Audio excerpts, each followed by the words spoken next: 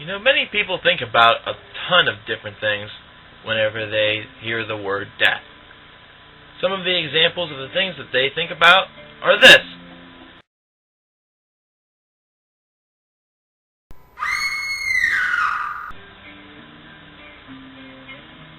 I'm really sorry you had to see that. Whenever I think about death, though, I think about the band, and this is a classic album review.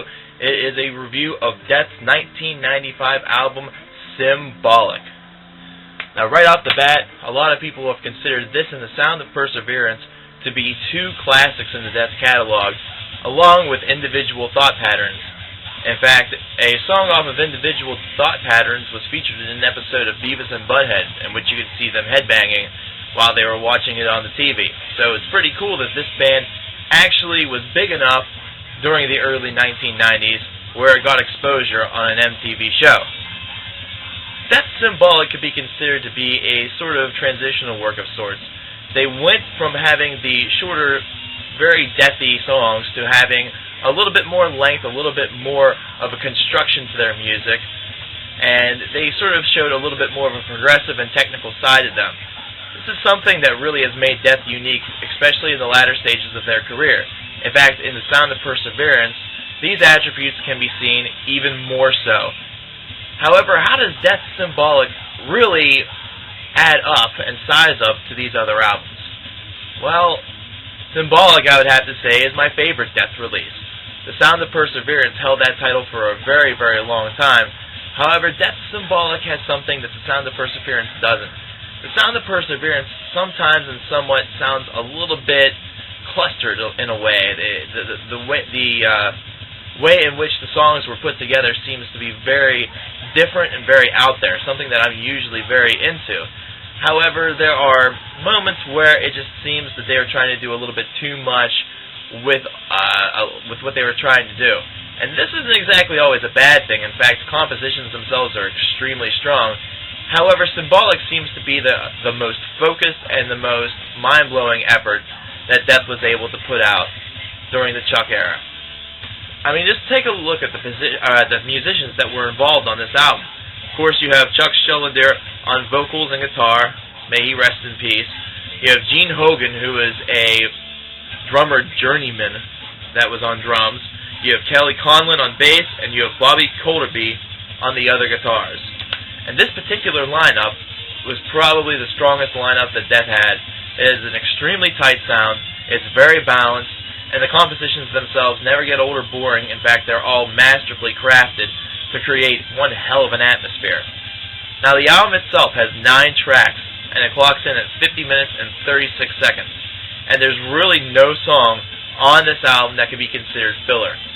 So it's useless for me to really go track by track and tell you exactly the strengths and the weaknesses, because this is probably, as far as Death's career is concerned, their most perfect album. The album that really has caused the most fans to consider it to be a classic. However, the track listing is as follows. You have Symbolic, the title track, right there off the bat to start. You have Zero Tolerance, number 2, which has a really, really catchy chorus. There will be zero tolerance. Tell me that you can't get that out of your head. It's definitely one hell of a powerful statement, and it's just really well done. Empty Words is track number 3, which is the song that you're listening to right now. Sacred Serenity, 1,000 Eyes, Without Judgment, Crystal Mountain, Misanthrope, and Perennial Quest. Now, one thing that really shows you that you have a legendary album on your hands is the fact that this is the record, or at least the songs on this record are the ones that are the most oftentimes covered by other artists. I have seen covers of Symbolic, I have seen covers of Zero Tolerance, and I have seen a cover of Crystal Mountain. If you'd like to know exactly where the artist that did that, send me a comment and I will let you know. Now, I will say that Death is really the only band that's able to perform these songs to absolute perfection, and, well, it should be obvious, it's their tracks. However, the 3 bands that were able to perform the covers of these 3 songs didn't do that bad of a job by their own meager standards. It is quite good and quite well executed. So, short and sweet, I gotta say it. Whenever you have an album that is filled with 50 minutes of just amazing music, it's not too long, it's not too short, it's right in that middle ground where there's a lot that you get to take in, and the journey itself is a phenomenal one, and you have other people respecting your work enough to want to cover it and maybe put their own spin on it, you know that you got a classic album on your hands. If you like early death metal or really want to get into a band that really inspired its roots, Death is definitely one for that. And Symbolic is definitely the latter album that I would highly recommend for all of you.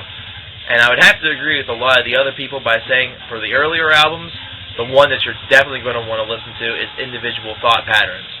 Though really, I can't say that there is a Death album that I do not like. I own each and every one of them. I'll do reviews on other Death albums if you'd like. Just send me a request.